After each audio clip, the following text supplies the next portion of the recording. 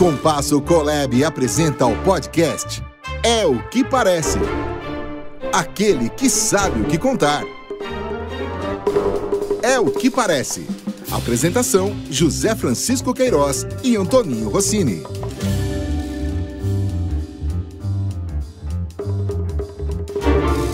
Alô, alô, meus amigos que acompanham o nosso gostoso É o que Parece. Aqui estamos mais uma vez, Antoninho Rossini, eu e nosso amigo Alexandre Lupe lá na Compasso, cada um à distância, mas muito perto no pensamento. Hoje nós estamos abrindo nosso programa e vamos falar de um assunto recente. No dia 23 último, no domingo, a Folha de São Paulo publicou no seu caderno MPME, que é voltado para as pequenas e médias empresas, uma matéria muito interessante. A matéria diz que a pandemia empurra mais profissionais brasileiros para o empreendedorismo, que é fruto que nós estamos vendo dessa situação anômala que nós estamos vivendo, da pandemia, seja pela dificuldade de emprego, seja pela perda do emprego, seja pela necessidade que as pessoas estão achando para buscar alternativas de ganhar o seu pão. Agora, é curioso que o número impressiona. Nessa matéria, há a informação de que 600 mil microempreendedores, durante a nossa pandemia, abriram empresas. E esse número é assustador, né? 600 mil empresas em 4 meses. Esse número, o total, a matéria diz, é interessante os números. Em março, existia praticamente 10 milhões de pequenas empresas registradas, na verdade 9 milhões e 900, e agora passou para 10 milhões e 500. Um aumento, então, de 6% em apenas 4 meses. Mais dramático ainda, que a gente verifica que em dezembro de 2019, esse número era 9 milhões e 400.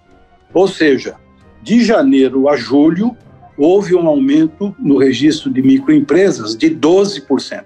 É um número realmente grande. E é óbvio que isso é para todas as atividades de trabalho, mas nós acreditamos que na área de comunicação, que tem na prestação de serviço de uma forma variada, até em função do que hoje a internet apresenta de possibilidades, isso faz com que na área da comunicação, provavelmente, a matéria não traz essa informação, mas provavelmente esse aumento da formação de microempreendedores deva ter um substancial volume de empresas ligadas à área da comunicação. Você concorda, Rossini?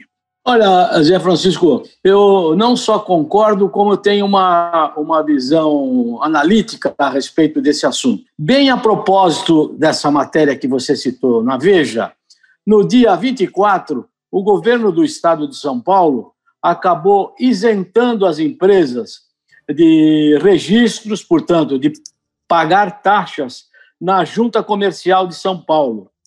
É um sinal muito grande de que precisa realmente se tocar ao mundo, a bola tem que rolar, então não tem outro jeito. O governo do estado liberou e fez uma anotação muito curiosa em relação a números. Só no mês de julho foram registradas 21.688 novas empresas, em várias categorias. E esse sinal foi muito importante porque o governador, provavelmente, ou algum assessor dele, acendeu uma luz e disse: nós não podemos sacrificar esses empresários, microempresários que estão tentando sobreviver diante dessa circunstância. Então ele isentou, por exemplo, toda a companhia limitada, empresário individual, a Eireli, a sociedade anônima, a SA, empresa pública, empresa individual, que é a EI, a sociedade cooperativa, todas elas, durante 60 dias, estarão isentas de qualquer taxa junto à junta comercial. Olha, veja bem, são empresas pequenas, mas nenhuma empresa pequena pode sobreviver se for vender produto e não ter uma boa apresentação desse produto, seja doce, seja peças, seja utensílios. Portanto, esses produtos estão sendo embalados. Aí entra o nosso caminho, Zé Francisco, porque as gráficas, por incrível que pareça, estão rodando para produzir embalagens que estão com desenhos feitos por profissionais da área de comunicação. Os designers estão tendo muito trabalho. Você desenvolver uma marca para qualquer empresa dessa, uma Eireli, uma EI, ou uma limitada, ou mesmo até uma SA, demanda um cuidado técnico, porque esses empresários, eles estão certamente jogando as suas últimas fichas num jogo que a gente não sabe quando vai terminar. Então, você tem razão na leitura dessa matéria, que chamou muita atenção, e essa colocação do governo do Estado de São Paulo. Quer dizer que é de se esperar que agora, pelo menos, esses micro e pequenos empresários estarão isentos de recolhimento de taxas no Estado de São Paulo. E isso vai gerar, certamente, já está gerando, a produção de embalagens. E a embalagem sozinha não é nada, ela precisa ter um desenho, ela precisa ter um designer. O produto deve ter dentro de si uma qualificação criativa, portanto, de fato, não são volumes financeiros representativos, mas a máquina está começando a girar. E esse apoio que o governo do Estado de São Paulo está dando deveria ser repetido por todo o Brasil. Como nós estamos aqui no É o que Parece, aquele que sabe o que contar, seria conveniente que, sendo ouvido, assistido por alguém fora do Estado de São Paulo, cuide para que o governo de onde esteja essa pessoa vivendo, cuide para que lá também se isente dessas taxas. Nenhum governo vai ficar rico, porém vai facilitar. Não tem burocracia. E em 24 horas... qualquer uma dessas empresas, limitada, Eireli, SA, EI, estarão com seus documentos up-to-date e poderão começar a trabalhar. Eu acho isso uma grande oportunidade. Nós não vamos ver, evidentemente, nenhuma campanha publicitária desses micro e pequenos empresários na televisão, no rádio, provavelmente. Mas a roda vai girar da forma que ela pode girar, com a força que ela tem, não é? Agora trazendo, acho que eu concordo plenamente com você, agora trazendo o assunto para o nosso campo, eu acho que um estímulo importante isso que você está colocando, particularmente pelo momento que nós vivemos, e esse sim não é de hoje, é dos últimos anos, de que há uma tendência das pessoas atuarem no campo da comunicação fazendo as suas próprias empresas, né? Sendo prestadores de serviços especializados, não um trabalho full service, como se dizia as famosas agências de propaganda, mas acaba sendo um incentivo também para esses jovens que querem começar o seu negócio e já estavam conscientes ou desejosos de criar a sua própria empresa. Acho que é um campo que se abre mais aí. Tem uma outra matéria também que eu achei interessante, e você, Rossini, deve ter visto também. Eu queria trocar uma bola junto com você, que a matéria diz 10 erros comuns na hora de abrir um negócio. Né? Porque todos querem abrir o seu negócio, ver uma oportunidade de exercitar aquilo que conhece ou acha que tem afinidade, mas existe aqui um conselho de 10 erros comuns que acontecem quando se abre um negócio. E eu separei aqui alguns deles, queria que você ajudasse a comentar, que eu acho que pelo menos metade desses erros tem a ver diretamente com a área da comunicação. Quer dizer, vale para qualquer empresa essa matéria que diz dos 10 erros, mas eu queria ressaltar alguns deles. O primeiro que me chama a atenção é o desconhecer a atividade. Esse é um dos erros, né?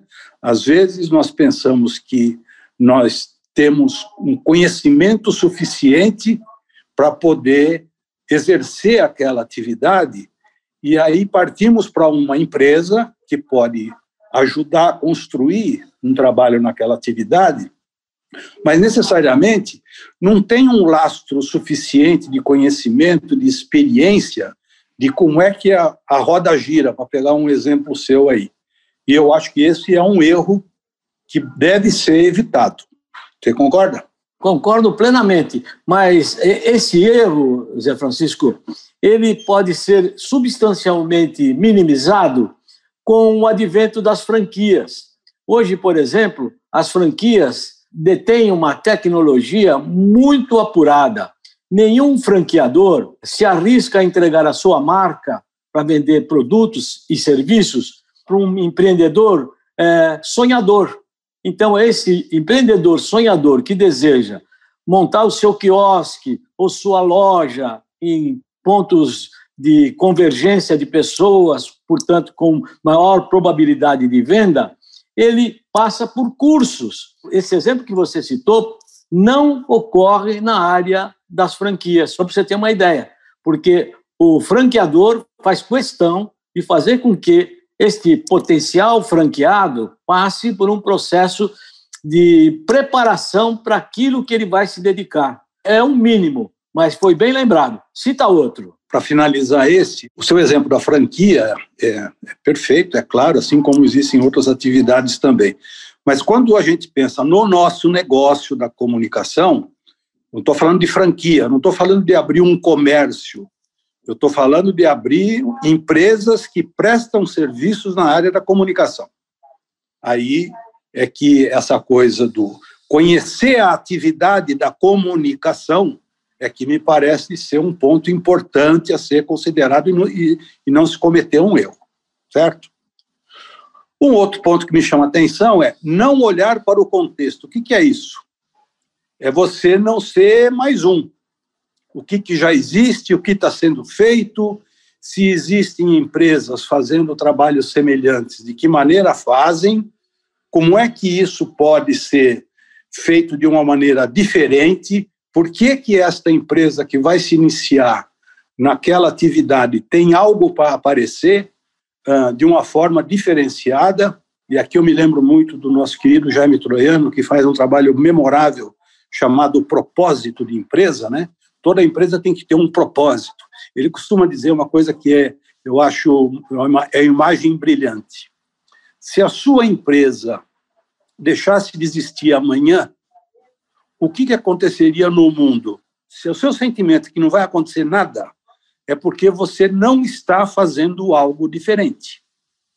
Você não fará falta, porque já tem outros fazendo, é só mais um que deixa de existir. E eu achei, então, esse ponto muito interessante. Concordo plenamente. E o Jaime Troiano, para mim, hoje, no Brasil, é o exemplo máximo de quem cuida de marcas, de quem cuida de projetos duradouros. Aliás, ele é consultor das maiores empresas no Brasil e tem lá suas ligações internacionais também. É uma fonte absolutamente inesgotável de conhecimento e de sabedoria. Agora, assim, aquele funcionário de um banco que perdeu o emprego, que tem uma certa reserva e que deseja entrar no mercado, se não passar por um processo que está no capítulo, no número 9 que você citou aí, ele certamente poderá fracassar. Mas, se for um pouquinho mais acurado, ele vai perceber que tem meios para que ele possa entender o negócio que ele vai entrar. E nada melhor, eu volto a falar de franquia, porque a franquia dá todo esse respaldo, inclusive do ponto de vista de comunicação. Qualquer franqueador hoje cobra uma pequena taxa, proporcional ao negócio, evidentemente, uma taxa para que haja verba de comunicação. Pequenas agências hoje estão convivendo com franqueadores dentro do próprio escritório dos franqueadores para dar esse respaldo para esses novos empresários. Só que, na verdade, é o seguinte, e todo mundo sabe, entrar no mercado tem perigo, tem risco, a vida da gente corre risco diariamente. Esse risco é realmente minimizado a partir do momento que a pessoa entenda do que ela vai fazer. Agora, o outro detalhe também que eu acho relevante a gente dizer, que aqui o governo de São Paulo franqueou, isentou de taxa na junta comercial aliás, todas as empresas, num prazo de 60 dias, quer dizer o seguinte, que se não deu certo, a pessoa vai ter como voltar e procurar um seu novo caminho. Então, a comunicação tem um papel fundamental nesse momento, porque vai aproximar o cliente, o consumidor daquele produto ou daquele serviço e, ao mesmo tempo, vai dar uma certa garantia a essa pessoa que desejou procurar um novo caminho para viver ou sobreviver diante dessa crise que a gente está vivendo no momento. Desse punhadão de 600 mil que você falou, que estão já procurando alternativas de uma convivência quase que individual, muitos deles ficarão no caminho, mas certamente sairão mais engrandecidos, porque vão ter mais condição de encontrar novas oportunidades e nada de governo. Eu acho que quanto mais a gente se distanciar da área de governo para poder sobreviver, é melhor. Não é só melhor para o governo, é melhor para a própria pessoa. Virar um empresário, dono do seu negócio, e com a consciência de que isso lhe dará maior responsabilidade, é fundamental. Pequenas agências hoje estão vivendo em situações, às vezes, melhor do que as grandes agências. Eu percebo, nesses contatos que eu tenho tido, que uma agência com 3 funcionários, trabalhando cada um na sua casa, porém criando marcas para essas pequenas empresas que estão nascendo, ajudando a montar embalagens. Isso não tem hoje alguém com capacidade de fazer uma aferição adequada. É um belíssimo de um sinal, é um bom sinal. Mostra que brasileiro realmente é criativo e busca novas oportunidades. As oportunidades, aliás, elas nascem diante das grandes dificuldades que a gente encontra, não é, Zé? Sem dúvida, sem dúvida. Mas o fazer diferente é o que pode abrir a chance de sucesso no negócio, sem dúvida nenhuma. No caso nosso, da comunicação, se você não tem o diferencial, você faz o que todos fazem, ou tem outros fazendo aquilo que você já faz, o que acontece normalmente, que daí o que vai mandar é a coisa que denigre a atividade, limita a atividade, que é o preço. Eu e você, se eu tenho uma empresa que faz a mesma coisa que você faz, não estamos oferecendo nenhum diferencial, se alguém se interessar por um de nós dois para fazer esse trabalho, vai ganhar aquele que ofereceu um preço menor. E isso é ruim, porque daí é o preço que acaba determinando o sucesso daquele trabalho, já que você não tem o diferencial. Bom, mas continuando, tem um outro ponto que esse é chover no molhado, acho que não precisa nem se alongar, mas ele aparece aqui. Um dos erros comuns na hora de abrir um negócio: desprezar recursos digitais. No mundo de hoje, é impossível você imaginar querer começar um negócio, de novo insisto, particularmente na nossa área, em que você despreze os recursos digitais para fazer o seu negócio ir para frente. Concordou? Totalmente. Aliás, para a gente ter isso aí materialmente, tangivelmente, é só observar o que está acontecendo hoje com os veículos de comunicação. A banca de jornal hoje não vende jornal.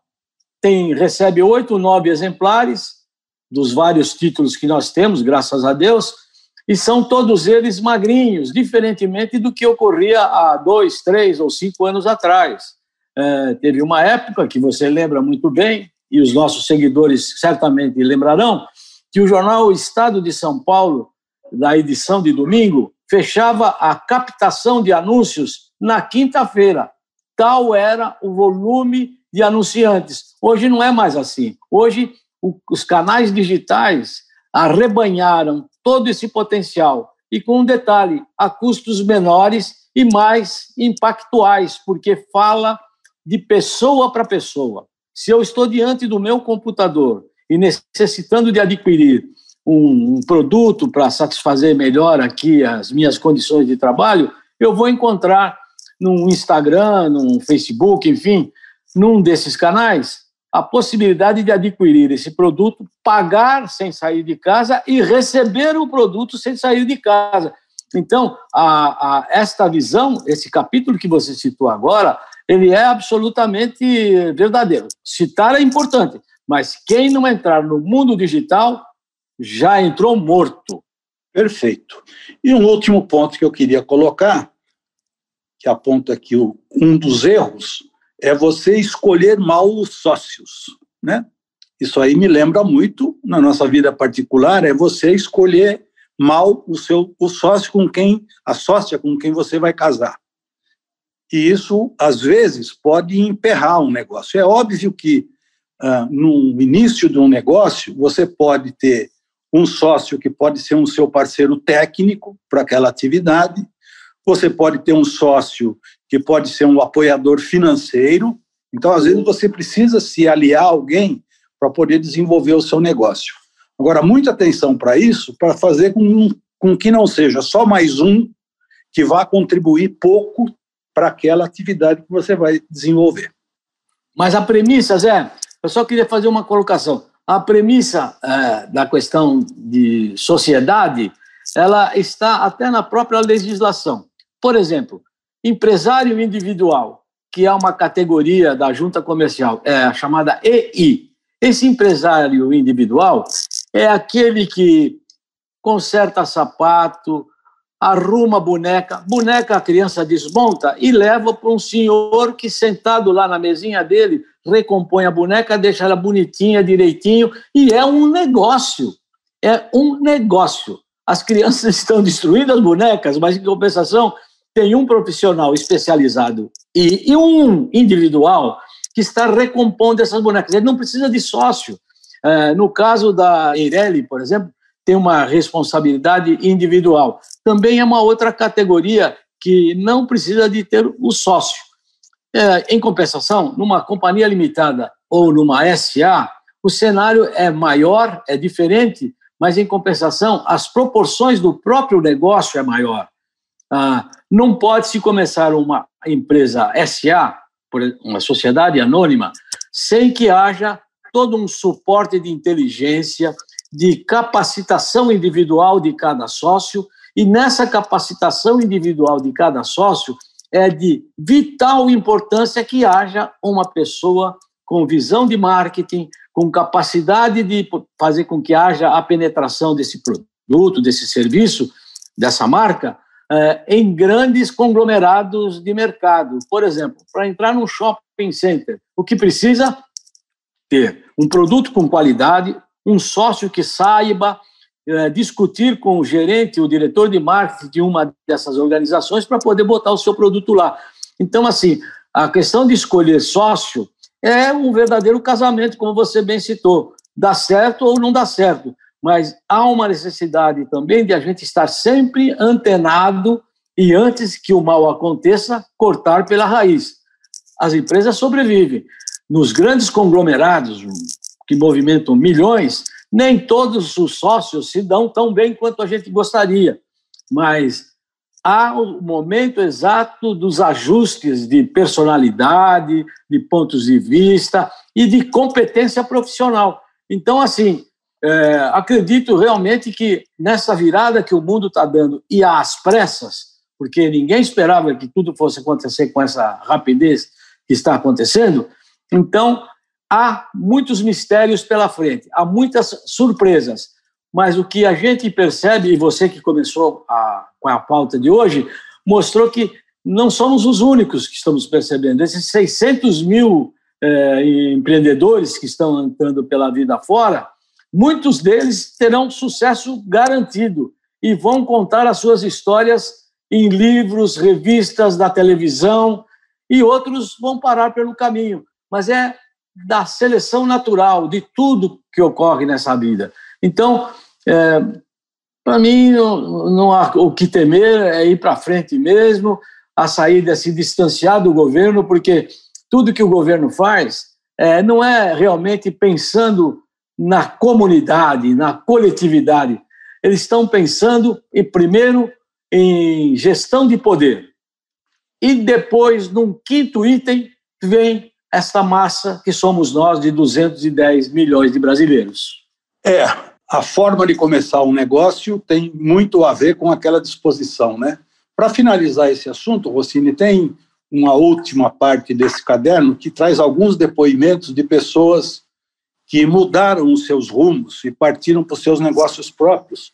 E eu separei 2 exemplos aqui que acho que são interessantes e não deixa de ser um estímulo para quem está pensando em partir para o seu negócio. Um deles é de um senhor chamado Herbert Mota. que dá o seguinte testemunho: acreditei no meu potencial quando fui obrigado a sair da zona de conforto. O que é isso? É aquilo que nós já dissemos, inclusive, aqui nesse programa, de que crise gera oportunidade. E aí ele conta a vida dele, o que ele fazia antes e tal, mas ele chegou no momento que ele tinha que tomar uma decisão, e a decisão foi partir para um negócio próprio. Então ele saiu da zona de conforto que ele estava, na atividade que ele estava, e partiu para um negócio paralelo, mas onde ele era dono do seu nariz. E um outro depoimento é da Juliana Saboia. Ela diz o seguinte: influenciadores da nossa marca não são blogueiros, mas os nossos próprios clientes. Achei interessante esse testemunho, porque recentemente, inclusive, assisti uma live de blogueiros que foi muito curioso, porque eram 4, 5 blogueiros, pessoas com um grande número de seguidores, e que defendiam uma coisa, eu diria até bizarra, que era, não, eles são de opinião, e estão certos, de que eles, ao serem influenciadores, eles não podem ser responsáveis, únicos, por aquela atividade de influenciar pessoas para falar de produtos e marcas, porque existem outras questões a serem consideradas. É como uma agência de propaganda presta um serviço na hora de fazer uma campanha. Não adianta só ter a campanha, assim como não adianta só ter o influenciador, influenciável, se não existem outros quesitos para serem considerados. E me lembrei muito da frase que o Luiz Lara disse recentemente, de que hoje uma pessoa é uma mídia. E aí vem, então, essa importância do influenciador. Agora, ele precisa ser verdadeiro, ele precisa ser emocional, ele precisa ter convicção e estar falando a verdade daquilo que ele faz, dentro de um composto daquilo que tem para ser influenciado, se eu passar aquilo como um anúncio. Enfim, são lições que as próprias pessoas trazem hoje no dia a dia, que nos remetem e podem servir eventualmente para pessoas jovens ou que querem começar o seu negócio, ou aqueles que querem mudar o seu ramo de atividade, e que achamos interessante trazer esse assunto para discutir nesse É o que Parece, porque é o que parece que vai acontecer daqui para frente. Eu não tenho dúvida, esse é mesmo, é verdadeiro. O mundo está mudando. Em que direção ele vai? Eu não sei a resposta, mas tenho certeza absoluta que nem o Donald Trump tem. Está agora disputando a presidência da República nos Estados Unidos e ele não sabe o que vai acontecer. Agora, até esse mistério de não saber para onde se caminha, vale a pena viver, buscar alternativas, buscar a realização, deixar o coração da gente feliz. Eu vi um depoimento sensacional. Um sujeito que era um grande executivo de uma empresa falou assim: ganhei um grande prêmio, fui demitido e agora sou dono do meu próprio negócio. E narrava qual era o negócio dele.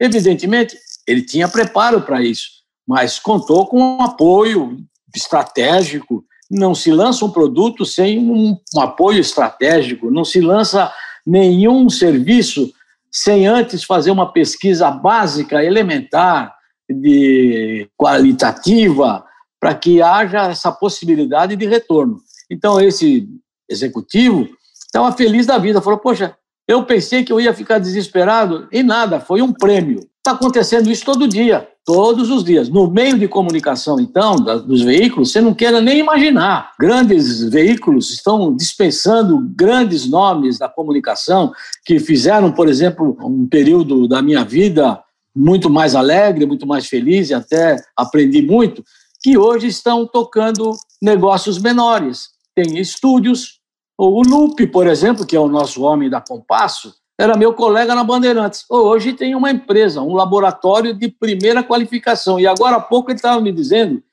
que grava, que produz dezenas de podcasts, que era um caminho que ele nem imaginava que pudesse chegar. Então, nós estamos borbulhando, estamos em efervescência. E daí para frente, a gente não pode desanimar. Os nossos seguidores, alguns que buscam em nós, mais velhos, eventualmente mais experientes, algum conhecimento, a gente, do meu lado, eu transmito o consolo de dizer que nada melhor na vida do que brincar de trabalhar, fazer aquilo que a gente gosta. E fazer aquilo que a gente gosta dá uma felicidade, uma oxigenação cardíaca de realização e a possibilidade, que é fundamental, a de ter o seu autossustento fazendo aquilo que a gente gosta. E é o que a gente está fazendo aqui, não é o que parece, né, Zé? Sem dúvida. Você já falou da Compasso, e o Lupe vem sendo um cara que tem se dedicado a fazer um trabalho brilhante. Eu queria até sugerir para ele dele passar a usar o slogan, até pela dúvida que nós temos de como é que vai ser esse futuro, e dizer o seguinte: o futuro é com compasso. Bora, Zé. Agora você foi fundo, hein? Pelo amor de Deus. Vamos nós, Rossini, vamos nós. Meus amigos, não se esqueçam de nos acessar nas várias plataformas. Temos colocado É o que Parece. Esperamos ter trazido algo que possa ser interessante para as pessoas atualmente, usando um pouco da nossa experiência do passado, e acho que podemos ir embora, certo? Sem antes, não. Eu quero ouvir a frase do dia. A frase do dia. A frase do dia tem a ver com a última reflexão que você colocou aí, que é do conhecimento. E essa frase é de um famoso chamado Peter Drucker, um dos maiores especialistas da comunicação no mundo. E ele diz sobre conhecimento o seguinte: sem o conhecimento, a máquina é improdutiva. E eu acho que cabe essa frase para tudo isso que nós apresentamos hoje. Muito obrigado, meus amigos, um abraço a todos e até a próxima. Até a próxima. É o que parece. É o que parece. Aquele que sabe o que contar. Apresentação: José Francisco Queiroz e Antoninho Rossini. É o que parece. Realização: Compasso Colab.